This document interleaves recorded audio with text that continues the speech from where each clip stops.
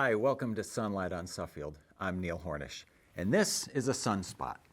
A Sunspot is a shorter commentary for those of you who may not be able to watch an entire episode of Sunlight on Suffield.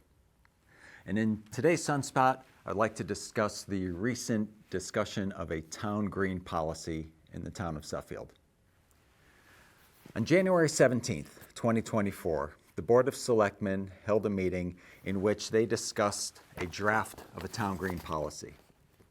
You can find this policy yourself if you go to the town website, suffieldct.gov, find the agenda for the Board of Selectmen meeting of January 17th, 2024, and this draft policy is included in that agenda. Suffield on Sunlight has also done a previous episode that talks about how to navigate the town website so you can find documents such as this. So at that meeting, a number of Suffield residents spoke out during the public comment portion, expressing concern with some of the wording in that draft town green policy. I'd like to discuss what happened after that, how the town reacted to the public response to this policy. After some high visibility criticism of this policy, First Selectman Colin Mole made some statements to the media. For example, in a quote from the Connecticut Insider on January 23rd, 2024, Mr. Mole stated, "This is a created, manufactured narrative. I would challenge those who say this prohibits them from having an event to tell me exactly how it prohibits them, because it doesn't." And then in a quote in the Hartford Courant on March 10th, 2024, First Selectman Mole stated, "It's evident that a very small group of folks in town are simply trying to make this a political issue and continue to create bad press and false narratives, and have no interest in ensuring what's best for Suffield because they have a personal issue or litigation against the town." Okay, so there are three things Mr. Mole states. One, he asks for a specific example to show how this policy would prohibit free speech. Second, he claims that this is a very small group of people who have a personal issue or a litigation against the town. And third, he claims that this is a false manufactured narrative. So let's address each of those. First, a specific example. Well, there have been plenty of examples provided in the media lately, but Mr. Mole, I will give you a specific example.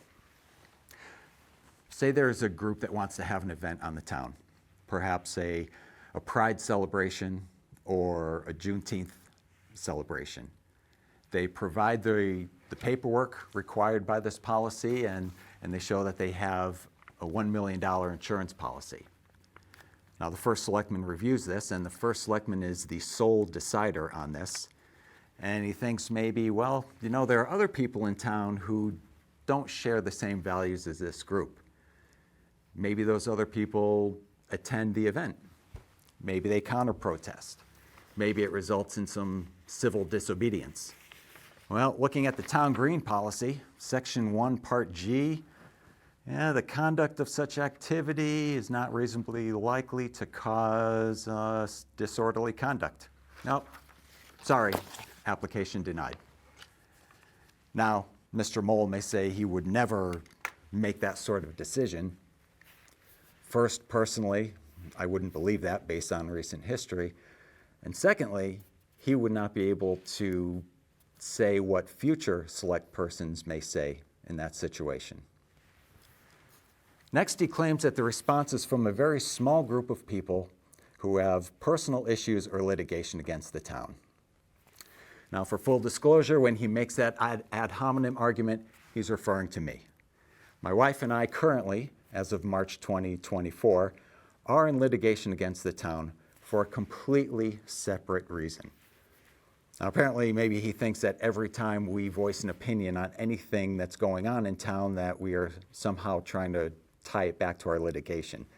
That is absurd and ridiculous. We have been commenting on things in town long before that litigation ever started.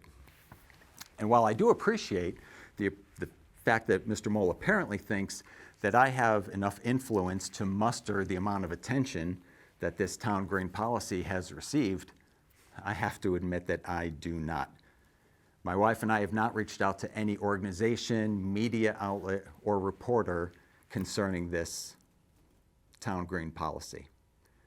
Which leads us to the third point, that this is somehow a manufactured false narrative.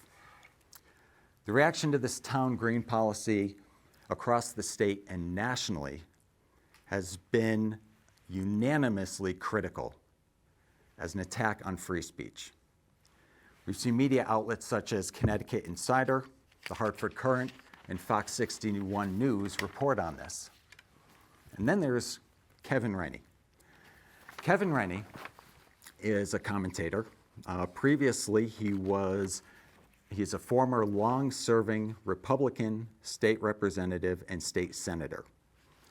On March 2nd, 2024, he published a commentary with the title, "Jaw-Dropping Attack on Free Speech and Assembly in a Connecticut Town. It Hurts Us All," with a subheading, "Suffield Republicans are not only unmindful of freedom of speech rights, they are jaw-dropping ignoramuses." Well, on the bright side of this, at least it shows that there are some things on which Republicans and Democrats can still agree. And maybe most significantly, the organization FIRE, the Foundation for Individual Rights and Expression, sent a letter to Mr. Mole dated February 15th, 2024. And in this 6-page letter, they detailed specifically how this policy violates the First Amendment. This was not a false manufactured narrative from a few disgruntled town citizens. This was an outpouring of support for free speech from people across the entire political spectrum. If anything, it's the first selectman himself who manufactured a false narrative by gaslighting to distract from this blunder from the Board of Selectmen. Now, I can understand the desire to protect the town, but doing so by trampling on the First Amendment is an inexcusable act. First Selectman Mole has since stated that the Board of Selectmen has decided to table this town green policy. Good. Unfortunately, this policy and that decision has not been brought up in subsequent Board of Selectmen meetings.